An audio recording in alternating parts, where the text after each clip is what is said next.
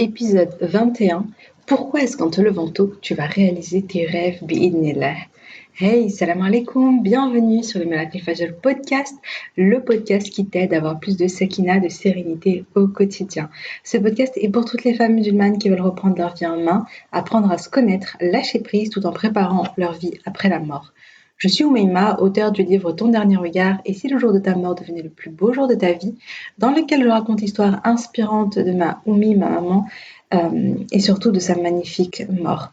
Qu'Allah lui fasse miséricorde. Via ce podcast, je partage chaque semaine des outils, des conseils, des astuces, mais surtout une bonne dose d'inspiration et de rappel pour être plus sereine et épanouie au quotidien et dans l'au-delà. J'ai une conviction qui est le fil rouge de tous les épisodes de podcast, et si le bonheur et la sérénité appartiennent à ceux qui se lèvent pour le fajr, je t'invite à prendre une délicieuse boisson chaude, mets-toi à l'aise et bonne écoute. Alors, aujourd'hui on va parler un petit peu donc de le fait de se lever tôt, les bienfaits qu'il y a et surtout comment est-ce que ça peut être utile pour réaliser tes projets qui te tiennent à cœur, tes rêves, parce que c'est important de prendre du temps pour faire des choses qui sont importantes pour nous. C'est important de se questionner sur quels sont nos projets, qu'est-ce qu'on aimerait accomplir avant de mourir. Est-ce que tu t'es déjà posé ces questions d'ailleurs, de te dire qu'est-ce que j'aimerais avoir accompli dans ma vie? Qu'est-ce que j'aimerais avoir fait? Qu'est-ce que j'aimerais avoir réalisé? Qu'est-ce qui me tient à cœur? Quels sont mes rêves? Se questionner là-dessus, c'est super important. Et j'en parle parce que je sais que beaucoup de mamans m'écoutent et je connais très bien la frustration des mamans. Le fait parfois d'avoir l'impression de se sacrifier, de tout donner pour son foyer et de s'oublier, de ne plus avoir de temps pour soi. Souvent, en fait, on est frustré parce qu'on se dit mais mince, j'ai pas de temps pour moi, quoi. On n'a pas le temps pour nous, on n'a pas le temps pour faire pour nous accomplir, pour faire autre chose que notre devoir de maison, d'épouse, de maison, notre devoir de maman, d'épouse, etc. Franchement, les journées, elles passent quand même assez vite et en général, on est quand même bien occupé entre la cuisine, s'occuper des enfants, les tâches ménagères, les devoirs, l'éducation, etc., etc. Et puis même si on a un travail à côté, alors là, j'en parle même pas. Et du coup, on a l'impression que la vie, elle passe, qu'elle passe même plutôt vite et que nous, on est là, on stagne, on est là, on est un peu à la ramasse, on est derrière ça, on est en train de courir derrière notre vie, quoi. Mais je tiens quand même, c'est super important de rappeler que tout ce qu'on fait en tant que maman, ce n'est pas vain, loin de là, parce qu'on est récompensé par Allah subhanahu wa ta'ala. C'est super important de placer notre niya, notre intention de faire les choses pour Allah, quelle que soit la tâche, que ce soit la cuisine, faire le ménage, éduquer nos enfants, etc. Ça peut être une grande source de récompense. Si on place l'intention, encore une fois, que c'est pour Allah qu'on le fait. Et il y a ce hadith, le prophète sallallahu alayhi wa sallam qui a dit les actions ne valent que par leur intention. Apporté par Bukhari dans son Sahih numéro 6689 et Muslim dans son Sahih numéro 1907. C'est-à-dire vraiment que il y a une chose qui est primordiale, c'est l'intention qu'on fait derrière les choses. Finalement, tu peux avoir le sentiment de ne pas faire beaucoup, mais chaque fois que tu fais pour Allah. Et comme je disais, tu peux faire ton ménage en prononçant les formules de dhikr, tu peux faire la cuisine en mettant la niya, donc voilà, tu le fais tu fais pour ton mari, pour tes enfants, mais dans l'optique de plaire à Allah subhanahu wa ta'ala. De prendre soin de ta famille pour Allah subhanahu wa ta'ala, prendre soin de tes enfants pour Allah subhanahu wa ta'ala, c'est une amana qui t'a donné, donc tu vas essayer de les éduquer de la bonne manière, leur inculquer les valeurs, etc. Bah, tu as la récompense chaque fois que tu fais tout ça. Et oui, subhanallah, tu vas obtenir la récompense à partir du moment où tu fais ce travail sur toi, de te questionner sur ton intention. Et donc voilà, première chose à dire qui était importante pour moi, c'est simplement ne t'inquiète pas, tout ce que tu fais n'est absolument pas vain et tout ce que tu fais, fais-le pour Allah et comme ça tu auras la récompense. Ça, c'est une première chose. Et enfin, la deuxième chose, et qui est quand même aussi très importante, c'est pourquoi est-ce que tu ne t'offrirais pas du temps pour réaliser tes rêves? S'il y a une chose qui te tient à cœur, qui te fait vibrer, cette chose, ça peut être reprendre des études, apprendre le nom d'Allah, te former dans un domaine, apprendre le Coran, te lancer dans un projet entrepreneurial, lire plus de livres, apprendre 40 hadiths, écrire un livre, ça peut être plein de belles choses. Eh bien, si c'est important pour toi, eh bien, réalise-le. Réalise-le, prends le temps de réaliser ton rêve. Moi, je suis convaincue qu'être mère, ça ne devrait pas être un frein, mais ça doit être un moteur pour te réaliser et aussi pour montrer l'exemple à nos enfants. Pour leur montrer à tes filles que tu peux prendre le temps de faire ce qui est important pour toi, de ne pas sacrifier tes rêves ni les remettre à plus tard, mais agir pour les réaliser. Tu deviens un exemple, une source d'inspiration pour tes enfants. Et ça aussi, c'est important. En prenant le temps pour toi, pour tes objectifs personnels le matin, quand tu le fais le matin, tu te sens ressourcé. Et du coup, tu arrives à donner tout le reste de ta journée à ton foyer, à tes enfants, sans ressentir cette frustration. Et en plus, la frustration, les autres la ressentent. Hein. Quand tu fais les choses, mais que t'es pas bien à l'intérieur, que tu te dis, mais enfin voilà, que tu rumines un petit peu, tu ressasses, etc., eux, ils le ressentent. Donc, le fait de te donner un peu plus de temps à toi, pour faire des choses qui vont te faire sentir pleine, où tu vas te dire, ah, je me sens bien, je sens que j'avance, je sens que je m'accomplis, je sens que je m'épanouis, etc. Euh, et bien, finalement, c'est du temps que tu investis même pour tes enfants. Dans le sens où le fait d'être bien, le fait que toi tu sois bien, ça va avoir un impact sur eux. Quand toi t'es bien, bah, tu rayonnes sur eux. Et ça, on se rend pas compte. Parce que je sais qu'il y a des mamans qui peuvent culpabiliser en se disant, mais voilà, je vais donner un peu moins de temps à eux, c'est eux ma priorité, c'est mes enfants ma priorité. Bien sûr, ça s'entend, ça se comprend tout à fait. Hein. Nos enfants, c'est la prunelle de nos yeux. Euh, mais en réalité, nos enfants, qu'est-ce qu'ils veulent de nous? Bah, je pense que moi, personnellement, en tant que fille, euh, quand je voyais ma mère épanouie, heureuse, souriante, etc., ressourcée, sereine, bah, ça me rendait trop heureuse, quoi. Je pense que ça me dérangeait pas. J'ai vu ma mère prendre du temps pour les causes qui lui tenaient à cœur. Prendre du temps pour aller faire dawa, prendre du temps pour aller donner des cours, prendre du temps pour faire ceci, cela. Donc, il y a des moments où, voilà, elle n'était pas là, etc. Bon, en réalité, elle m'embarquait souvent avec elle, mais il y avait aussi des moments où, voilà, peut-être qu'elle n'était pas là. Mais finalement, pour moi, ça avait pas de. Franchement, quand elle rentrait et que tu sentais qu'elle était bien, qu'elle avait le sentiment d'avoir accompli sa mission, d'avoir accompli des choses qui étaient vraiment importantes pour elle, ben, voilà, ça me rendait super heureuse, quoi, de la voir heureuse, de la voir épanouie. Alors que voir ma mère triste, voir ma mère frustrée, voir ma mère pas bien, etc., eh bien, ça me faisait pas du bien, loin de là. Donc, voilà, tes enfants, c'est pareil. Tes enfants, quand tu te vois bien, quand tu te vois épanoui, quand tu vois que tu t'accomplis, etc., eh bien, eux, ça les rend heureux et ça a un impact très positif sur eux. Donc ça, c'est à ne pas négliger. C'est pas égoïste. Voilà, c'est ça ce que je veux dire, c'est que c'est pas égoïste. Prendre du temps pour réaliser tes rêves, finalement, ce n'est pas égoïste, c'est un acte de générosité que tu fais pour ta famille, parce que du coup, en étant bien, ben, tu ils le ressentent et une meilleure ambiance dans le foyer, etc. Et subhanallah, l'avenir appartient à ceux qui se lèvent tôt. Alors, je pense que cette expression, elle doit te dire quelque chose. Euh, on l'entend un peu partout et moi je pense qu'il y a qu'il y a beaucoup de vrai là-dedans. Et certes, il y a beaucoup d'entrepreneurs à succès qui ont une routine matinale. Si tu tapes routine matinale, tu vas tomber sur plein de choses. Voilà, on va te citer plein d'exemples, etc. Il y en a plein qui, avant de commencer leur journée de travail, ben voilà, ils prennent un temps de solitude, ils sont seuls, ils sont dans le calme, dans la sérénité, et ils font du sport, ils tiennent un journal, ils font de la méditation, etc., etc. Surtout depuis le succès du Miracle Morning, tout le monde prône un petit peu les morning routines. Petite parenthèse, si tu veux savoir un petit peu ce que je pense du Miracle Morning et pourquoi mon Miracle Fajr est différent du Miracle Morning, je t'invite à écouter l'épisode, je crois que c'est l'épisode 1, l'histoire du Miracle Fajr. Je parle un petit peu de tout ça. Bref, mais moi, je vais pas citer donc les personnes à succès qui ont des super routines matinales, mais à la place, je vais me baser sur la sunna. Subhanallah.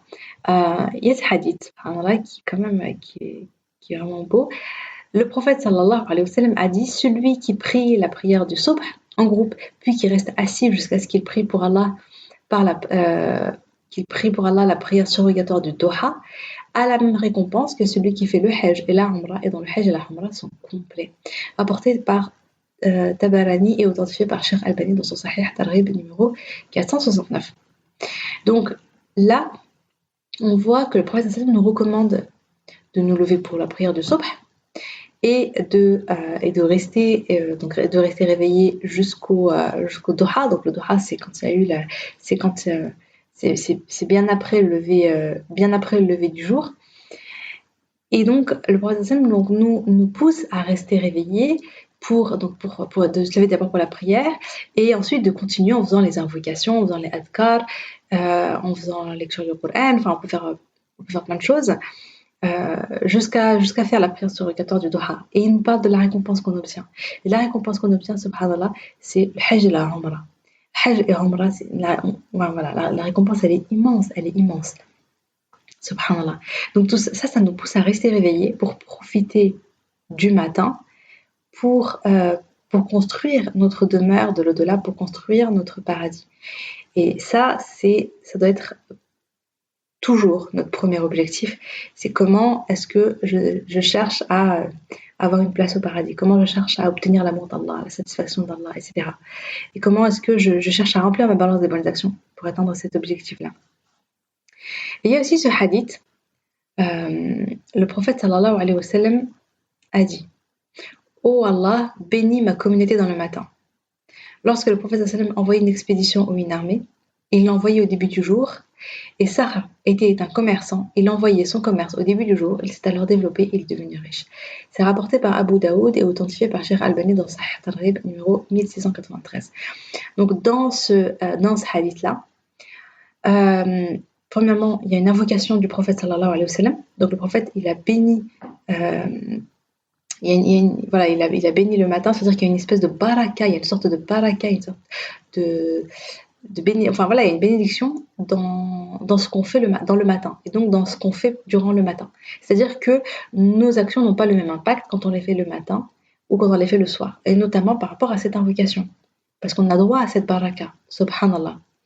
Et ensuite, le prophète sallam, donc le sahabi Sakhr, donc le compagnon du prophète, il raconte que voilà, lui, c'était un commerçant, donc même pour les choses de cette dunya, donc juste avant, avec le hadith d'avant, on a vu que pour obtenir l'au-delà, pour obtenir une place au paradis, pour obtenir, le prophète nous conseille donc de profiter du matin pour œuvrer pour Allah, et en même temps, même pour cette dunya, quand tu veux obtenir des choses de cette dunya, par exemple, lui, voilà, il a un commerce, donc il avait un commerce, il a son business, et bien subhanallah, le fait de travailler au début du jour, il a obtenu également la baraka et il s'est développé et il est devenu riche. Donc il y a vraiment une baraka. Et tout ça, ça nous motive, ça nous pousse à nous réveiller tôt pour le fajr et à profiter finalement de ce moment-là, donc de profiter du matin. Et c'est comme ça qu'on va obtenir le succès à la fois ici-bas et à la fois dans l'au-delà. À la fois ici-bas en réalisant nos rêves, nos projets, nos objectifs, les choses qui nous tiennent à cœur, et dans l'au-delà en obtenant le paradis. Donc, moi, je t'invite à ça en fait. Je t'invite à commencer la journée en remplissant ta balance de bonnes actions, en prenant soin de toi, en travaillant sur tes objectifs, ta vision long terme, les projets qui te tiennent à cœur. Et comme ça, tu commences la journée avec beaucoup de sérénité, beaucoup de bonne humeur, tu es pleine, tu es ressourcée. Et subhanallah, du coup, comme je disais plus tôt, ça va être bénéfique à la fois pour toi, mais aussi pour ton entourage, pour tes enfants, pour ton mari, pour tes collègues de travail, pour tout le monde finalement, tous ceux que tu côtoies, parce que tu vas te dégager, tu vas rayonner, subhanallah, tu vas avoir cette sérénité, tu vas avoir ce sentiment d'accomplissement qui fait beaucoup, beaucoup de bien. Donc profitons du matin pour nous construire notre demeure du paradis et pour réaliser nos rêves. Donc pourquoi le matin et pas le soir ou à un autre moment de la journée? Bon, comme je disais, la première des choses, c'est par rapport à la baraka. La baraka qui est citée par l'invocation en fait du prophète sallallahu alayhi wa sallam. Ça fait déjà une différence absolument énorme. Ensuite, il y a d'autres choses, un peu plus... il y a d'autres choses que je vais rajouter. C'est le sommeil est réparateur. Donc la nuit, tu as une bonne nuit de sommeil, et bien qu'est-ce qui se passe au réveil? C'est le meilleur moment pour faire travailler ton cerveau. Tu as l'esprit plus clair le matin. T'es pas encore fatigué, t'as pas encore de charge mentale, t'as pas encore tous les soucis dans ta tête.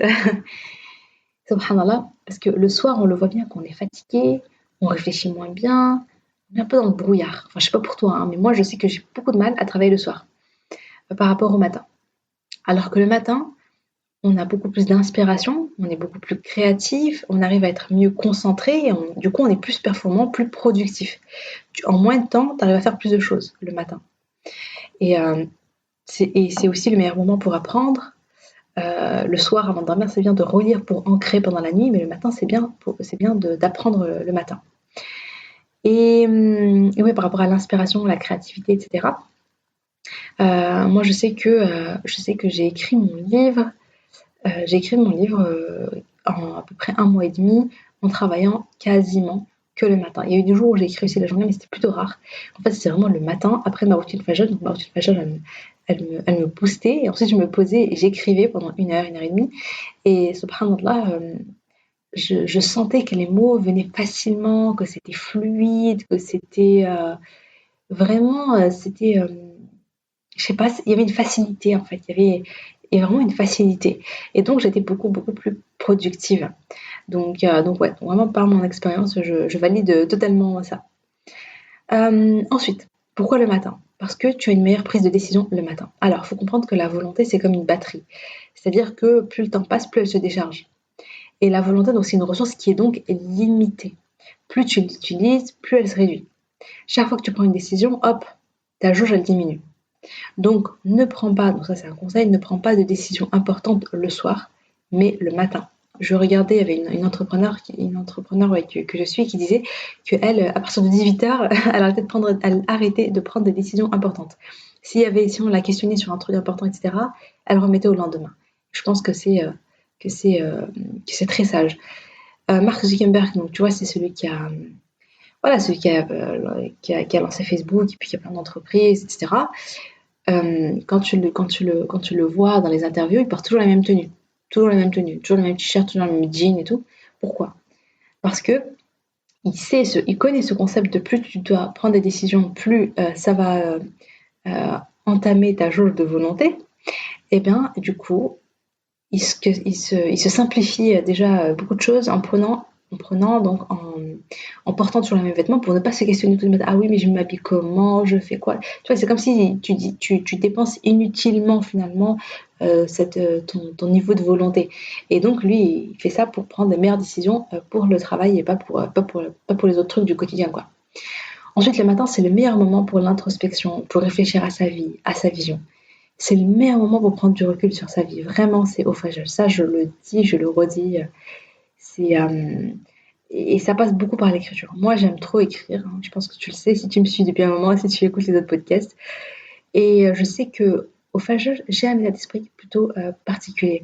Et j'aime prendre le temps d'écrire mes objectifs, les rêves que je veux réaliser, mon pourquoi, quelle est mon intention derrière ce que je veux faire, etc. Quelle personne je veux devenir, etc. Parce que à ce moment-là, j'ai l'impression d'être plus optimiste, j'ai l'impression d'être plus confiante, j'ai l'impression d'avoir plus d'inspiration, d'oser un peu rêver, je sais pas, je trouve qu'on a une certaine énergie qui fait que tu as envie d'y croire, qui fait que t'as pas envie de te restreindre, mais tu as envie de te dire ouais, c'est possible, tout est possible, subhanallah. Je sais pas, je pense que c'est aussi le soleil, tu vois, le fait de voir le soleil se lever, et toi, tu es là en train de réfléchir à tes objectifs, je sais pas, ça te donne un sentiment de mais oui, tout est possible avec Allah. Tout est possible avec Allah.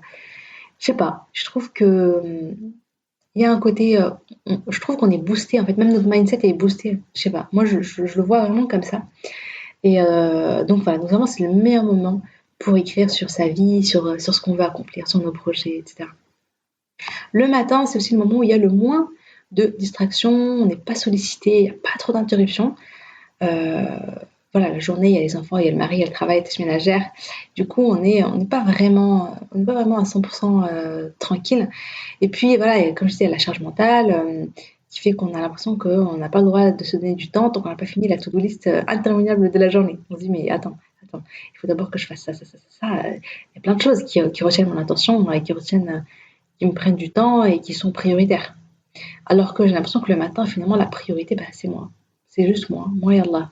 Je peux me concentrer que sur moi sans avoir le stress de me dire, oh là là, il faut que je fasse ça, il faut que je fasse ça, il faut que je fasse ça.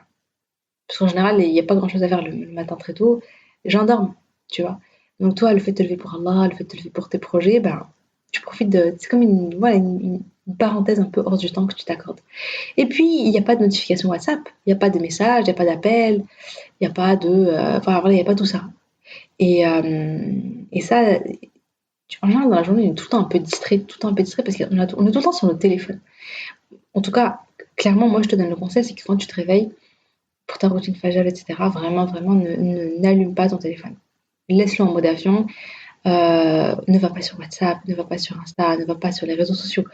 Non, non, c'est vraiment un moment de calme et de sérénité. Ne bousille pas ce moment de calme et de sérénité avec ton téléphone. Sinon, vraiment, enfin, vraiment, je te le déconseille. Pour vraiment profiter de ce moment-là. Et sachant que quand il n'y a pas de distraction, bah, tu es beaucoup plus efficace dans ce que tu fais, tu es beaucoup plus concentré. Et donc, en moins de temps, bah, tu fais beaucoup plus. Enfin, vraiment, quel que soit. En fait, moi, je t'invite vraiment à oser voir grand, à oser voir, à oser noter les objectifs qui te tiennent le plus à cœur, à oser y croire, vraiment. Après, ça prend le temps que ça prend. Et c'est OK si ça prend du temps. C'est OK.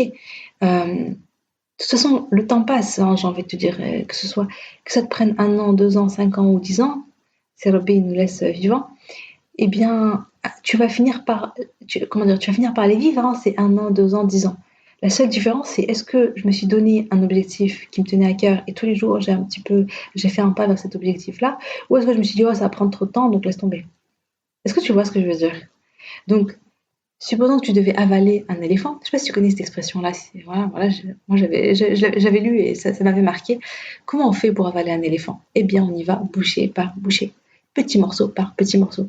Quel que soit ton rêve, quel que soit ton projet, si tu prends du temps chaque jour pour avancer dessus avec un plan d'action, mais faire un pas, faire un pas, faire un pas, ben, tu finis par atteindre ton objectif.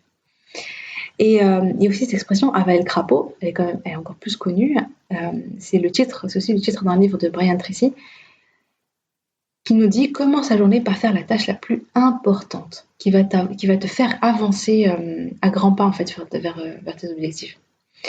Donc moi ce que je t'invite c'est que après ta routine fajr, bah, avale ton crapaud et tu auras un sentiment d'accomplissement. Fais, euh, moi je dirais, fais l'action la plus importante qui va te rapprocher de tes objectifs et fais-la vraiment le plus tôt possible pour profiter de la baraka du fajr. Et donc vraiment, moi je pense que si tu as un objectif clair, si tu as une vision, si tu as un plan d'action et que chaque matin tu te réveilles pour travailler dessus, bien au bout d'un moment, tu vas finir par réaliser ton rêve, quel que soit le temps que ça prenne, comme je disais un peu avant ça. Donc offre-toi ce cadeau, offre-toi ce moment du fajr, ce moment de qualité, ce moment de baraka pour réaliser ce qui te tient à cœur. Donc voilà, j'espère que ça t'aura motivé, que ça t'aura donné envie d'y croire. Pour finir, tu peux tout simplement prendre une feuille, te lever demain au fajr et puis après le fajr, prendre une feuille, un stylo, hein, ou bien prends ton beau carnet, si t'as un beau carnet, et note qu'est-ce que tu aimerais réaliser dans ta vie, qu'est-ce que tu aimerais faire. Et ensuite, il te restera plus qu'à passer à l'action, Inch'Allah. Bon, bah sur ce, je te dis prochain, Inch'Allah. Salam alaikum.